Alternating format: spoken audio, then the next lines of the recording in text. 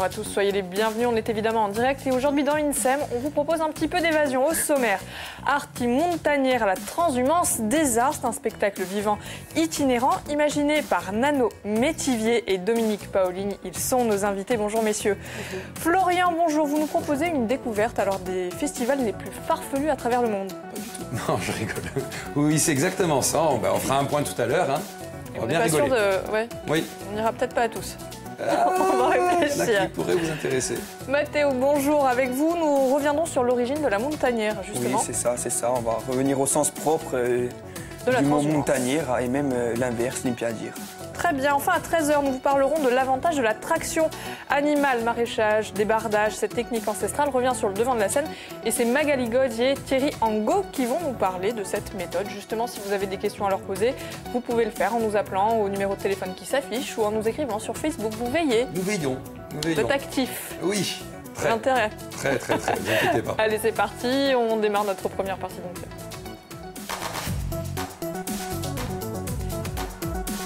Messieurs, bonjour et bienvenue. C'est un plaisir de vous retrouver sur le plateau d'INSEM. Nano Métivier, artiste aux multiples facettes. Vous êtes musicien, comédien et aujourd'hui organisateur de ce festival. Vous êtes accompagné de Doumé, pas Dominique. Paolini, artiste sculpteur, donc co-organisateur de ce même événement qui va se dérouler en 2 temps. Ça commence du 22 au 25 juin prochain. Donc cette transhumance des arts, plateau du Couchonne. Et puis vous allez vous déplacer un petit peu plus tard, fin août, 31 août, 3 septembre, dans le Niol. C'est un concept particulier, pour le moins insolite. C'est quoi le principe de la transhumance artistique? Expliquez à nos téléspectateurs. La transhumance des arts, c'est l'idée d'amener l'artistique, c'est-à-dire des spectacles vivants, mais aussi des sculptures, des arts plastiques, d'amener l'artistique dans la nature et dans la montagne, en haute montagne. Moi, j'ai été très impressionné en 1995 du concert de Jean-Paul Paulette au Lac de Mel, avec un orchestre symphonique qui était là, des chœurs, des chants. Nous étions sur des pods au Lac de Mel et j'ai vécu quelque chose de très très fort. Et je souhaitais le vivre à nouveau. Et puis les années passant, j'attendais. Et toujours rien. Et toujours rien, jusqu'à me dire, mais moi je veux de l'artistique dans la montagne, il faut faire quelque chose. Et c'est comme ça qu'il y a 2 ans, nous avons commencé à... 3 ans, à imaginer avec Doumé un événement artistique qui se passerait dans la montagne. Donc ça se passait il y a 3 ans dans le Niol, au-dessus du col de Verge, cascade de Radoulet. Et de l'artistique, de la danse verticale, dans les cascades, de la musique, des arts plastiques. Et puis, ce concept étant tellement fort, le besoin de l'amener ailleurs, ce concept, dans d'autres montagnes de l'île. Et le plateau du Couchonne, c'est formidable pour ça. Déjà, c'est un plateau. Et nous qui sommes comédiens, musiciens, on monte sur un plateau tous les soirs. Ça s'appelle comme ça une scène dans notre jargon à nous, c'est le plateau. Et là, on a un plateau magnifique, le plateau du Couchonne, et ça me paraît l'endroit rêvé et un endroit noustral pour faire de l'artistique, pour proposer de l'artistique. Donc plus que des artistes qui partiraient en rando, c'est vraiment l'idée de s'accaparer la nature comme scène et peut-être de laisser s'exprimer tout votre art. La nature est déjà un spectacle, notamment sur cette île. À nous, artistes, de la montrer un petit peu autrement, de façon poétique. Alors qu'est-ce que vous allez proposer justement? Est-ce que vous avez déjà une idée?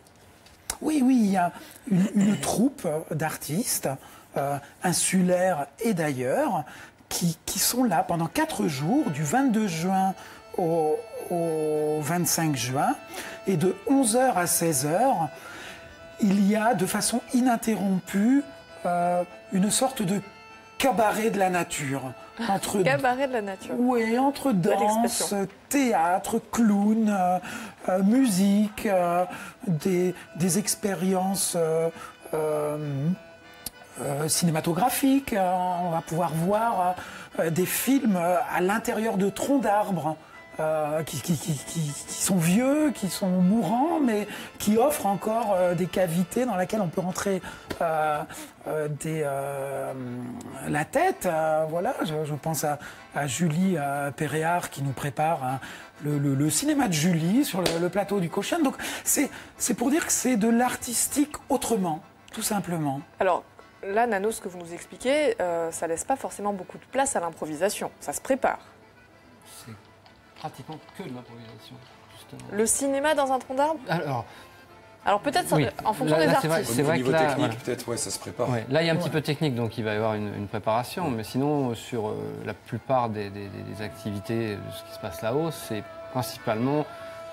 nous sommes en immersion quelques jours là-haut, et c'est travailler avec les éléments. À disposition. On ne vient pas avec notre travail, avec notre façon de travail habituelle. On vient pour travailler avec les éléments, avec ce qui se passe là-haut, avec ce qu'on ressent là-haut. Donc c'est pour ça que l'improvisation, je pense qu'elle est vraiment... Alors peut-être la logistique en amont sera vraiment bien préparée, mais pour laisser libre cours à votre imagination.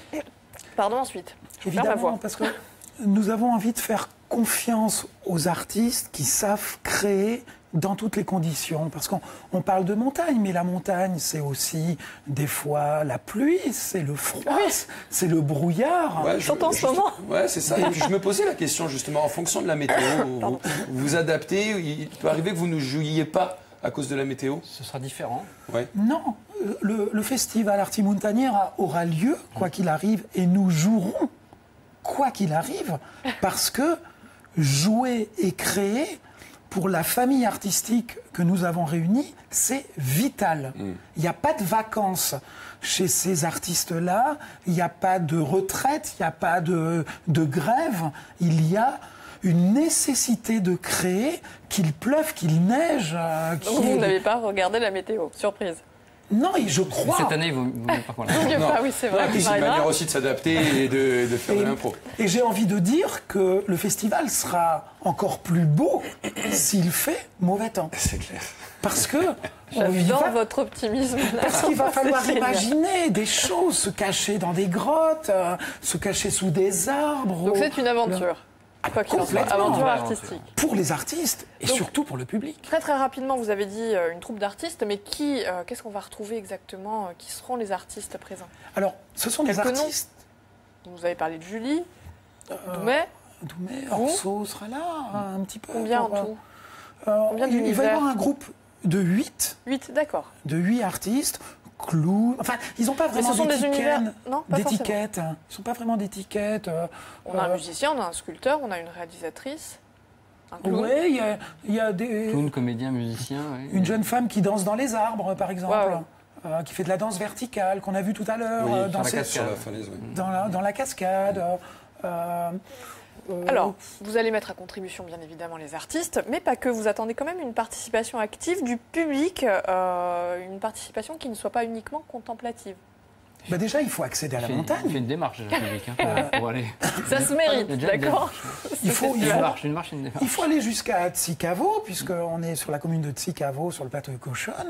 Il faut monter jusqu'à là-haut, marcher une petite marche, mais il faut quand même marcher. Donc comme le festival est gratuit, il faut bien quand même que le public il paie un peu de sa personne. Voilà, c'est un échange qu'on fait avec lui. Quoi. Et puis ça permettra peut-être d'apprécier d'autant plus le spectacle. Il faut accéder à cet écrin qu'on a trouvé là-haut qui est splendide. Il faut y aller. Quoi. Alors avant de poursuivre, messieurs, sur votre transhumance artistique, on va poursuivre avec Florian, qui lui nous propose un petit tour du monde des festivals qui rivalisent d'originalité. On vous demandera ensuite si éventuellement vous aimeriez y aller. Exactement. Alors, la planète regorge de divers festivals, plus ou moins croustillants, plus ou moins farfelus. Alors, mesdames et messieurs, je vous invite qu'on continue à voyager avec Doumet et Nano. Donc, pour notre première étape, nous irons en Espagne. Wolé! Vous êtes déjà allé en Espagne? Oui. Vous connaissez un petit peu? Alors, est-ce que vous savez ce que l'on fête le 29 juillet à Las Nieves, en Espagne? Je vous préviens, c'est un peu glaucouné, c'est moyen. Alors, c'est la Near Death Festival. En fait... on célèbre tout simplement le retour à la vie. Alors, je vous explique. Oh là là. Oui. En fait, c'est le festival des personnes ayant eu une expérience de mort imminente. Lors d'un coma avancé ou qui ont été réanimés après une mort clinique, par exemple. Après la grande messe, on amène ces personnes, toujours vivantes, donc dans l'église, donc jusqu'à l'église, mais dans un cercueil. Voilà. En gros, c'est un peu, voilà, vous visitez votre dernière demeure, en gros. Wow. C'est un peu ça, quoi. Comme c'est glauque. Ouais, c'est glauque. On continue? C'est bon. Merci. Je vous en prie. L'initiative. Alors, je vous propose à présent de partir, pourquoi pas, en Corée du Sud. Alors, qu'est-ce qui se passe à Boryong, c'est pas facile à dire, depuis 98 en Corée du Sud? Une idée, on a entendu peut-être quelque chose. On mange des asticots? Non, voilà. Alors là, il y a le festival de la boue, en fait. Ce festival permet la promotion de la boue cosmétique naturelle produite là-bas. Ainsi, tous les festivaliers, comme vous le voyez sur l'image, pourront se défouler dans la boue, et avoir une belle peau bien lisse. Alors, vous pouvez le faire aussi dans d'autres festivals, mais ça n'aura peut-être pas le même effet. Hein. Je ne sais pas trop ce qui traîne dans certains festivals. Quelle horreur. Ben oui. Allez, si je vous dis États-Unis, Nouveau-Mexique, petits hommes verts, vous me dites quoi? Avatar, un festival autour d'Avatar. Pas loin. Ouais, Roswell. Est-ce que vous vous rappelez de l'affaire Roswell? Bien sûr. Voilà, donc on rappelle un objet volant non identifié qui s'écrase en 1947 près de la ville de Roswell. Le gouvernement américain explique le clash d'un ballon sonde à l'essai. Mais plusieurs témoins y auraient vu la visite d'extraterrestres et accusent le gouvernement de vouloir noyer le poisson. Tiens, alors mythe, réalité, entre les deux, notre cœur balance, on ne sait pas trop, mais toujours est-il que cette histoire fait vendre. Donc si vous vous baladez là-bas, fin juin, vous croiserez peut-être des extraterrestres, humains ou animaux. Hein. Il y a même un concours de costumes pour animaux. Hein. Ils sont assez forts, les ricains. Ouais. Alors on termine par la France, avant de vous ramener bien sûr en Corse, et on va à Plugaduc, dans le Morbihan. C'est en France? Oui, c'est à Plugaduc, en Bretagne. Hein. Alors ouais, ça fait pas trop rêver. Pourquoi Oui, on est de retour en France en même temps, donc c'est normal. La fête des jumeaux, des triplés, des quadruplés, etc. Eh oui. Alors c'est un rendez-vous international. C'est plus un rassemblement qu'un festival, mais on compte quand même plus de 1500 jumeaux qui viennent souvent habillés de la même façon. Voilà, c'est drôle, ouais. Ils sont plutôt en forme, hein, nos amis bretons, ils ne savent plus quoi inventer. Ah ouais, si, quand même. On voit double là-bas. Ouais, c'est ça, ouais, mais ils organisent le festival des roues. Ça c'est pour je préfère le dire moi, voilà, Marina. Voilà. Hein, la Red Love, donc il faut le savoir. Vous le saviez, vous, qu'il y avait un festival des roues? Non, absolument pas. Alors en fait, en France, c'est la première fois. Il y en avait déjà un. Donc ça vient du Pays-Bas. Hein, ça existait déjà là-bas, le festival de la rousseur. Hein, et donc cet été, la ville de Châteaugiron organise pour la première fois en France ce festival. Donc si vous êtes roux et que vous n'avez rien à faire le 25 août, vous savez où aller. Si vous voulez, on peut même y aller ensemble. Il n'y a pas de problème. En plus, on le voit là-bas. J'irai avec Marina. On fera les deux roues. Ça sera très bien. Ouais, bon, allez, c'est pour finir. Voilà. Je relève? Non, c'est pas la peine. On peut enchaîner. On peut enchaîner. S'il fallait choisir un des festivals proposés par Florian. Oh, papa, un petit peu de tout, hein, se teindre en roux et on peut commencer. Ouais, vous êtes pas loin, hein, quand même. Ouais, tout à fait. Et aller se rouler dans la boue. Je crois que on pourrait, là, pour Artie Montagnard, copier la Corée, parce que là, dans les pods, je pense qu'on va avoir de quoi faire pour la boue. Bon, alors là pour le coup, ce festival, c'est vraiment de la boue pour traitement de peau, tout ça. Bien sûr. C'est toujours sérieux, tout ça. Oui. Après, on fait ce qu'on veut. Voilà. Alors, Artie Montagnard, évidemment, c'est un rendez-vous qui sera respectueux du lieu. Hein. Ah, complètement. Là, je crois qu'on est au top là-dessus. Non, mais c'est évident. Et d'ailleurs, il y a un bal, le bal des montagnes, le samedi 23 juin.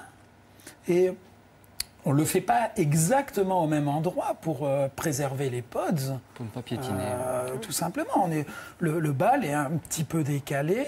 Un bal en acoustique, en plein air, qui est annoncé en respect avec la nature, tout simplement. On le décale un petit peu pour pas abîmer le site. Le site, évidemment. C'est un festival qui se veut en lien direct avec la nature. Avec la nature. Et qu'est-ce qu'elle nous apporte et qu'est-ce qu'on lui apporte et comment on peut jouer avec, comment on peut s'amuser. Avec, quoi. Juste dire par rapport au festival, donc Artie Montagnard du Niol, lui a lieu en même temps que Burning Man. Ah, j'ai cru que vous alliez en parler. Et justement, je me dis, c'est peut-être pas la peine d'aller si loin dans le désert du Nevada pour voir un petit peu de folie. artistique, il suffit d'aller col de Verge, cascade de Radoulet, et puis on y est, mais sans brûler la montagne, évidemment. Nous, on est sur la transhumance des arts, qui veut dire montons à la montagne, à la source. Dans le Niol, on est près de la source du Golo, plateau du Cochon, donc on est sur territoire de berger, montons à la montagne, créer, et c'est pour ça que le 24 juin, le dimanche 24 juin, il y a un appel solennel à tous les artistes insulaires de venir créer sur le plateau du Cochon. Ah, carrément. On les appelle, c'est dans le programme. Appel aux artistes, venez, vous savez faire quelque chose d'artistique, de poétique, venez sur le plateau, l'exprimer et s'amuser avec le public. Quoi que vous fassiez. Sans nous, on ne regarde pas. Nous, on a notre troupe qui est là, qu'on a choisi. Et le dimanche, c'est ouvert à tous. Allons nous amuser. Vous voulez y aller? Non, vous qui jouez de la batterie. Vous montez avec votre batterie et puis ça y va. Parfait. Et vous chantez. Oui. Parfait, évidemment. Après, donc, vous choisissez votre coin. Hein. Oui, voilà, pour embêter personne. Le plus loin possible. C'est pas sympa. Non, je l'ai Donc pas. une chose est sûre, le public doit s'attendre à être surpris. Ce ne sera pas un spectacle comme les autres forcément. Mais moi j'aimerais qu'on revienne un petit peu sur un point logistique. On prend ces chaussures de randonnée. Est-ce que ensuite on pourra se restaurer? Est-ce que des choses sont prévues là-haut? Alors, il y a les refuges à proximité déjà qui sont là depuis des siècles et des siècles, donc qui proposent des solutions d'hébergement, des solutions Donc vous allez en plus animer... Oui, on participe à la vie de la montagne, mais cette fois-ci de façon artistique. Et on est accueillis comme... Un très bel accueil là, de les gens qui travaillent sur le site. C'est vraiment Vous adhérez à cette intéressant. initiative? Oui, il y a tout de suite une bonne compréhension, écoute, on a bien échangé et c'est vraiment agréable. Là. Alors justement, moi j'aimerais que, en rappel avec l'Arti Montagnière, Matteo nous rappelle les origines de la transhumance. On va en parler juste après son jingle, s'il vous plaît.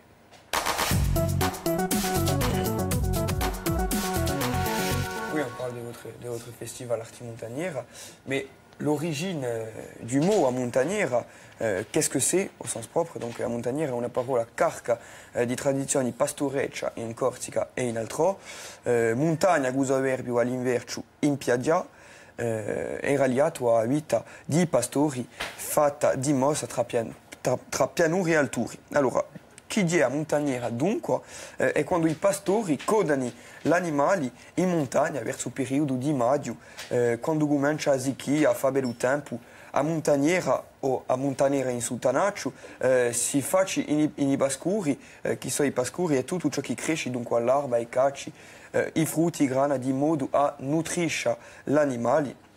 Allora, perché un sistemica in piaggia, pourquoi les bergers ne restent pas en plaine? Semplicemente perché di stadina in piaggia c'è troppo caldo, l'erba secca assai in furia e in montagna, dunque c'è roba, gli animali hanno difficoltà a supportare i calori e poi di noi ci sono i muschi, le mouche qui tournent en permanence autour de l'animal, qui sont un vrai fléau. Allora, innanzi, se i pastori avevano i capri in montagna avevano i stazzi, i caseti di pietra, pafà o caju. Allora, mi avete da dire, ma ils font tout ça à pied. Oui, ils font tout ça à pied. Ils fanno tutto il traghetto a piedi con gli animali, partono da a piaggia, panda a piedi di montagna, ma on fait mica tutto d'un colpo. Ils s'arrêtent dans les casets pour se reposer et pour dormir, bien évidemment. Les heures à peu près. Et ils mettent environ 3-4 jours. On prend le temps de toute façon. Oui. Voilà, è obligé, sinon... Et même ça fatigue les animaux. Et comme l'homme, je vais y arriver, erano in montagna, erano i donne che si occupavano di a casa in piaggia, che facevano le provvisioni, infine tutto il lavoro di l'uomo normalmente. Tanto l'impiadiera, al contrario di a montagniera, si fa normalmente verso un mese d'ottobre, quando giunge il cattivo tempo, che piove, che comincia a annivare, i becci un po' di mica a mangiare, posto che c'è annivi e l'acqua. Et donc, l'animal, quando fa l'animal mangiano oveno, le foin, safran, venerdì mangiano i vrondi di lige, les feuilles de chêne. Et pourquoi aujourd'hui il n'y a plus beaucoup de transhumance? Tout simplement parce que les produits aujourd'hui ils sont adaptés, i pastori comprano roba di già pronta e dunque non c'è più bisogno di fare sta pratica. Même si aujourd'hui il existe encore des personnes qui font cette transhumance avec des voitures ou même à pied, il y en a encore. Mais aujourd'hui tout le foin, etc., c'est déjà prêt. Mais aussi, pour terminer, dunque, Madino, perché tutti i caseti sono occupati dai turisti o da altri enti che vengono a approfittare di un luogo e tanto la pratica di montagniera c'est un po' persa, anche se bon, qualche pastore continue a questa pratica. Merci beaucoup, Mathéo, pour cette petite rétrospective sur les origines de la transhumance. Vous connaissiez Ah mais oui, complètement. forcément. Le festival, il est basé là-dessus, sur cette idée tradition. exactement, que l'artistique qui se joue souvent l'été au bord de la plage et de façon un peu frivole et puis parfois sans trop de justesse, qu'on le monte à la montagne pour le nourrir à nouveau de ce qu'est la Corse, voilà. Revenir aux sources. Exactement. Alors, on va rappeler Arti Montagnière, donc la transhumance des arts, ça va se dérouler en 2 temps, hein, 22-25 juin prochain, plateau du Couchonne, puis 31 août, 3 septembre, dans le Niol, où vous êtes tous les deux co-organisateurs. Donc, on rappelle un sculpteur, un accordéoniste, une association a priori insolite, et en fait, c'est peut-être plus évident qu'on ne le croit. Comment vous avez... c'est lui qui propose, vous adhérez ? Non, tout s'est construit au fil du temps. Et je pense qu'on a justement pris le temps de tout mesurer. Construire ensemble. On a fait plusieurs fois le GR20 ensemble pour bien comprendre le territoire. On a pris vraiment le temps de se. On n'a pas atterri au hasard à un endroit. C'est pas sur un coup de tête. C'est pas sur un coup de tête. Non, c'est un projet qui a mûri et qui a vraiment des belles bases. Voilà. Et puis vous avez déjà travaillé ensemble. Oui, tout à fait. Ouais. On s'est rencontrés autour de l'artistique. Moi, musique, Doumé, sculpteur. Et on a même fait une œuvre ensemble. Oui, qui a été proposée il n'y a pas très longtemps. Oui, Justement. qui était au... Qu'est-ce que c'est que ça, une œuvre musicale, une sculpture musicale? Sculpture musicale, c'est une nouvelle façon de vivre la musique, tout simplement. Donc une sculpture, là on la voit présentée au Lazaret, au Landini. Non, c'est pas derrière. Non, pas du tout. Ah oui, on l'aperçoit là. Elle est cachée. Ça, c'est les sculptures de Marc Petit. Voilà. Donc. Et là, voilà l'objet du désir. Il se cache derrière. C'est l'objet du désir. Voilà. Donc, il s'agit de s'allonger dedans, dans cette sculpture, et on peut entendre une musique en 3 dimensions, grâce à un logiciel très innovant, en fait, avec des sons qui se promènent dans l'espace. Doumé a... Déjà dans un lieu fort, mais là vous apportez encore une autre dimension. Ouais. Donc c'est un objet qui voyage, qui devrait être à l'ambassade de France à Londres au mois de juillet, qui est actuellement chez Quant Music en écoute, et qu'on va retrouver sur le plateau du Couchonne. Ah oui, d'accord. Ah oui. Décidément, vous faites transhumer votre art, c'est le moins qu'on puisse dire. On cherche des bras pour nous aider à... Ah ben voilà, ça c'est fait, c'était le moment de passer. Un appel. Ah ben oui, évidemment. Une nouvelle façon d'écouter la musique, allongée, en 3 dimensions, à l'intérieur d'une sculpture. Nous essayons, avec Doumé, d'inventer le patrimoine du futur, tout simplement, de participer. Une jolie conclusion, Nano. Évidemment, on le rappelle, c'est une sorte de festival artistique dans lequel le public est invité à participer lui aussi d'une certaine façon. Et vous avez envie de les faire danser. tous ces gens qui vont se donner la peine de monter. Ce que je vous propose de faire, c'est d'aller vous mettre tranquillement en place et de nous faire le plaisir de jouer rien que pour nous. Juste le temps pour moi de vous dire que INSEM, ça continue. On va se retrouver juste après le flash de 13h. On va parler des avantages de la traction animale, vous savez, pour le maraîchage, le débardage. Bref, on en parlera avec Magali God et Thierry Angot. Nano, c'est à vous.